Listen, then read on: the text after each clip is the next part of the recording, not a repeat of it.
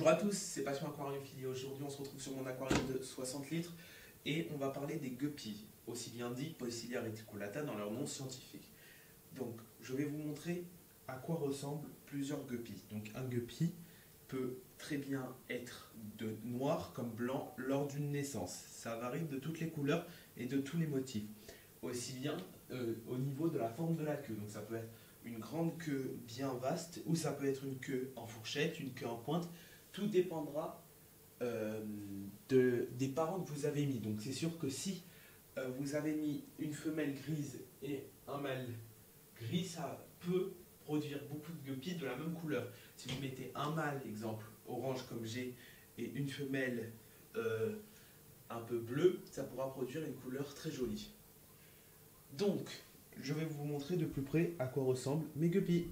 Donc, dans une naissance, il peut très bien y avoir des guppies, comme je vous le montre lui, qui ont des petites queues, qui sont tout petits, mais avec des couleurs assez belles au niveau de la queue orange-jaune, comme des guppies là-bas, qui seront bleus.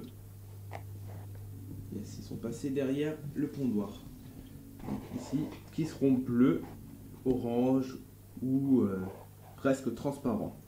Donc en fait, moi je conseille pour démarrer un élevage, on va dire entre guillemets, de guppies, ce que je conseille c'est de prendre 2 à 3 femelles pour un mâle. Alors vous allez me dire oui mais bon j'ai un aquarium peut-être de 100 litres mais je trouve que ça va pas faire d'activité et tout ça, je veux dire on va pas trop les voir parce qu'il n'y en aura pas beaucoup.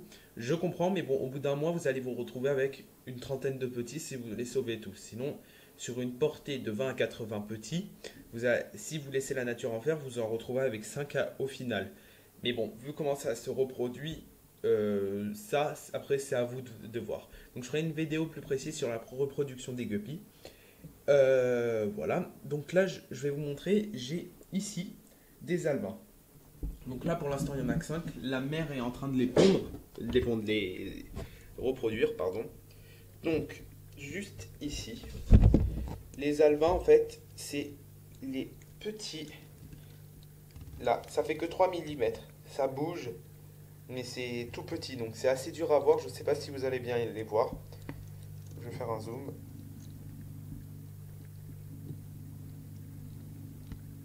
Juste là, il y en a un.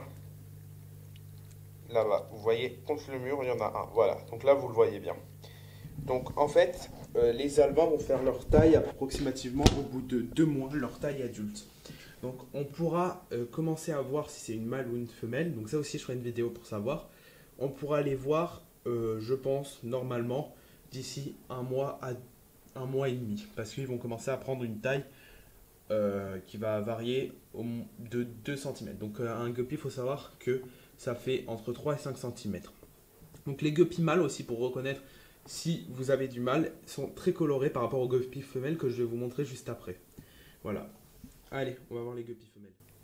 Alors, les guppies femelles, comme vous pouvez le voir, ce sont toutes les deux enceintes. Donc, quand je vous dis qu'il n'y a pas trop de couleurs, il y a moins de couleurs, c'est vrai. Après, moi, là, j'en ai choisi quand j'étais allé au magasin des assez, je veux dire, on va dire flashy, mais des couleurs assez vives.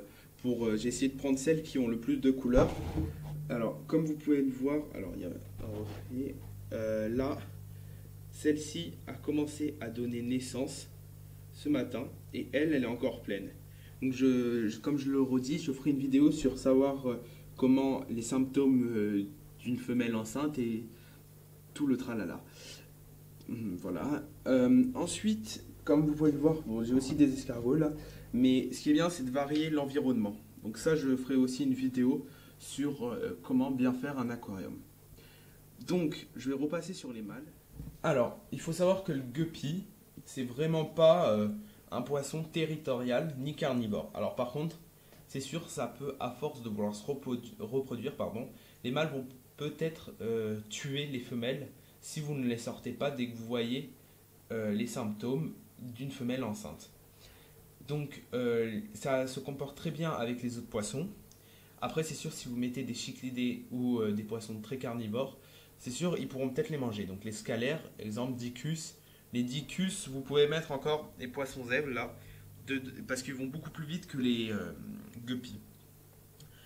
Donc, ce que je conseille, c'est d'avoir, si vous voulez mettre une variation de poissons, c'est d'en mettre des poissons qui vont bien entre eux. Donc déjà sur niveau pH, niveau température de l'eau, GH, nitrate, sulfate, pardon, et plein d'autres choses. Donc en fait, donc moi ce que je conseille c'est guppy, néon, poisson zèbre, corridoras et tout ce qui va avec. C'est sûr, si vous mettez des scalaires, encore ça peut aller, mais par contre Dicus, Chiclidés, je conseillerais pas forcément. Ramirezi non plus. Quoique les Ramirezi sont souvent sur le fond, donc après ça c'est à vous de voir encore une fois. Voilà. Donc dites-moi en commentaire si vous avez des idées de vidéos, pardon, et je n'hésiterai pas à vous les faire et je vous souhaite un bon visionnage pour les prochaines vidéos. Si ça vous a plu, n'hésitez pas à vous abonner, partager et à liker, ça fait toujours plaisir. Allez, à plus pour une prochaine vidéo.